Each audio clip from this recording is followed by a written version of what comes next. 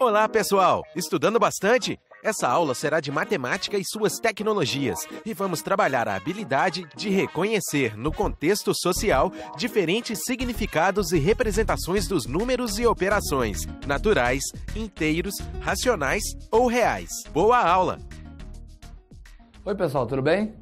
Meu nome é Vitor Israel, sou professor de matemática e a gente está aqui hoje no curso pré-ENEM para aprender algo a mais sobre a habilidade 1 de matemática, né? Essa habilidade que é de suma importância aí para a realização da sua prova. É bem bacana que você entenda essa habilidade aqui, que fala o seguinte: habilidade 1, reconhecer no contexto social diferentes significados e representações dos números e operações. Aí entram os números naturais, inteiros, racionais ou reais. Então, a ideia é que vocês entendam a evolução que existiu, né? O homem foi criando os números que lhe foram necessários ao longo do tempo. Ele criou desde os naturais até lá os reais, né? Dos mais simples até um pouco além, né? Então, dentro disso, é bacana você entender o que a gente vai ver nessa habilidade, né? Isso aqui é importantíssimo. Diferentes representações de números, né? Maneiras diferentes de representar e dar significado aos números, né? Isso é de suma importância, isso aparece sempre na prova do Enem. Utilização dos conjuntos numéricos, né? Como é que a gente pode usar, por exemplo, o conjunto dos números naturais, os inteiros, os racionais, os irracionais e, consequentemente, os reais. Eu falo sempre para os meus alunos: pessoal, quando vocês estão resolvendo alguma questão assim, e a questão pergunta quantos lados tem um polígono, cara, a sua resposta tem que ser um número natural. Você não pode dizer que meu polígono tem 7,3 lados. Não pode. Tem que ser um número natural. Até porque senão não tem significado nenhum, né? E aqui, ó, a significação dos números também é de extrema importância, né? Pô, não adianta você olhar para o número e aí? Número, que número é aquele? Qual é o significado dele naquele contexto? Essa é a ideia. Trouxe aqui para vocês essa situação problema número 1, que é bem bacana, né? Ela fala o seguinte, ó: em um jogo de perguntas e respostas, o Antônio respondeu 7 perguntas que lhe foram feitas. A pontuação era dada da seguinte maneira: a questão 1 valia 1 ponto, a questão 2 valia 2 pontos, a questão 3 valia 4 pontos, e assim sucessivamente, sempre dobrando de uma questão para a seguinte o valor de cada questão. Sabe-se que após responder as perguntas, Antônio fez um total de 113 pontos. Assim, somando os números das questões que Antônio errou, encontraremos o número... Pessoal, vamos montar aqui uma tabela, tá? Aqui no quadro, para representar essa situação. Cada questão, qual o valor de cada questão, tá bom? Vou colocar aqui no quadro para vocês esse lance aí, para a gente entender direitinho, tá bom? Então, vamos interpretar da seguinte maneira. Questão... Vou botar assim, questão, o número da questão, tá? E do lado, vamos colocar o valor. Tá bacana? Então, vamos lá. Quantas foram as questões que foram feitas para o nosso amigo Antônio? Foram 7, né? Então, questão 1, 2, 3, 4, 5, 6 e 7. Beleza? Agora, quanto é que vale cada questão? Questão 1 vale 1, questão 2 vale 2, questão 3 vale 4, questão 4 vale 8, questão 5 vale 16, questão 6 vale 32, questão 7 vale 64. Sabe que no final, a pontuação do nosso amigo Antônio foi de 113 pontos.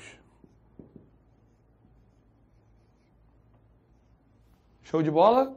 Como é que a gente vai pensar? Olha que situação bacana que acontece aqui. Gente, quanto é que dá 1 mais 2? Dá 3, não dá? 1 mais 2 dá 3? 4. Quanto é que dá 1 mais 2 mais 4? Dá 7. Uma unidade menor que 8. Quanto é que dá 1 mais 2 mais 4 mais 8? Dá 15. Uma unidade menor que o 16. Quanto é que dá 1 mais 2 mais 4 mais 8 mais 16? Dá 31. Uma unidade menor do que o 32. E por aí vai. Quanto é que dá 1 mais 2 mais 4 mais 8 mais 16 mais 32? Dá 63. Uma unidade menor do que o 64.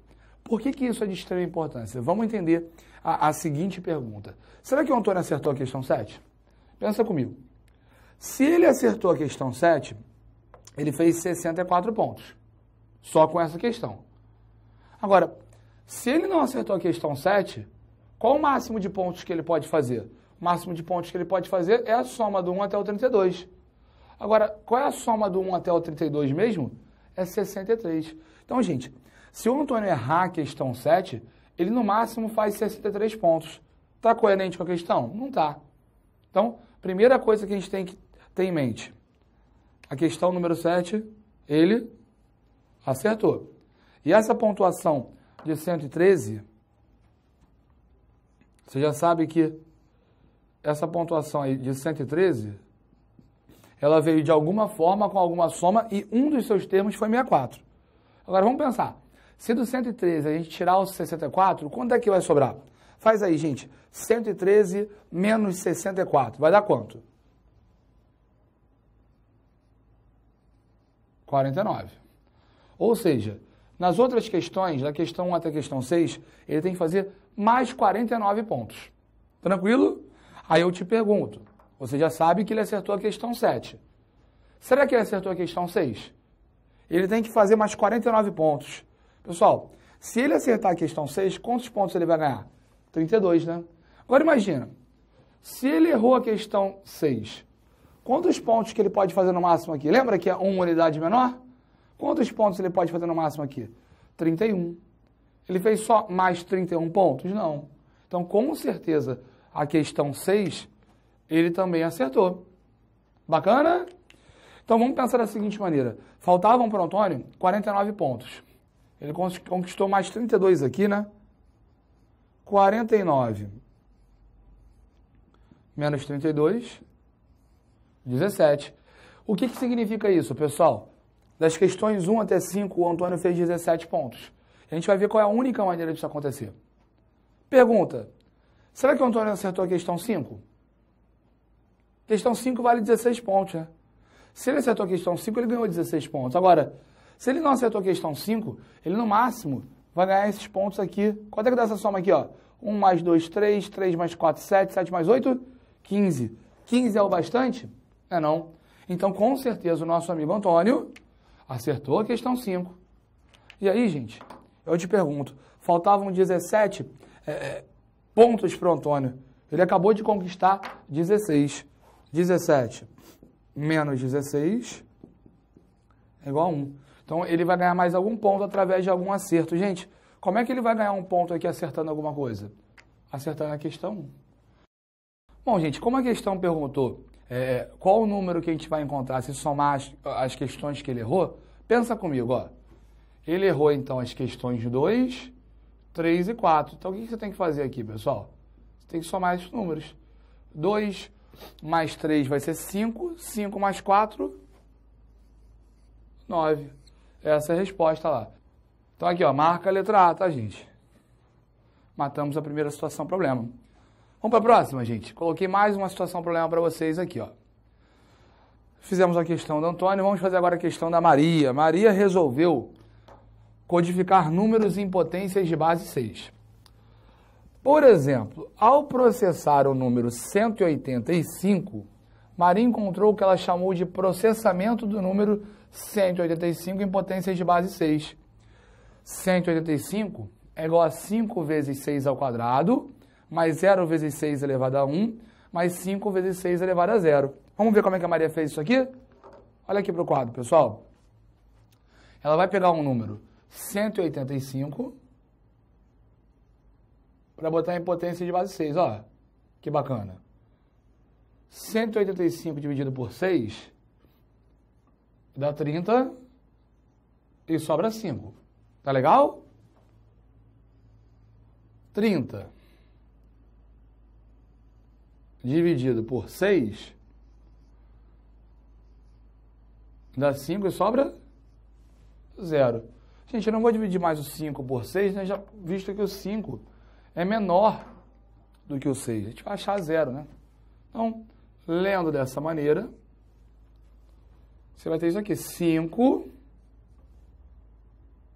vezes 6 ao quadrado mais 0 vezes 6 elevado a 1 mais 5 vezes 6 elevado a 0. Foi isso que ela fez, tá bom? Voltando para a questão. Assim, a Maria observou que os números que apareciam multiplicando as potências de base 6 eram 5, 0 e 5. Assim, como a soma desses números era 10, o código gerado com esse resultado era código 10-3, ou seja, a soma dos coeficientes, que era 10, seguido pelo número de coeficientes gerados no processamento. Então, olha só, o que a Maria fez? Ela veio aqui, opa, esses são os coeficientes gerados. 5 mais 0 mais 5 dá 10. Como são 3 coeficientes, ela falou que esse código aí, ó, esse número, é código 10, 3. Então ela coloca a soma e o número de coeficientes. Tá legal? Ela vai te pedir para codificar alguma coisa. Qual código é gerado no processamento do número 309 nessa mesma potência? Então o que a gente vai fazer? A gente vai pegar o 309 e vai aplicar o mesmo processo. Tá legal? Pensa comigo aqui, ó. 30 por 6 dá 5, 9 por 6 dá 1 e sobra 3. Não é isso? Vou pegar esse 51 que está aqui, gente, e vou dividir por 6. Vou encontrar quanto no 51 por 6? Vou encontrar 8, né? Agora, 8 vezes 6 dá 48, né? Sobram 3. 8, vou dividir por 6, vou encontrar 1, sobra 2.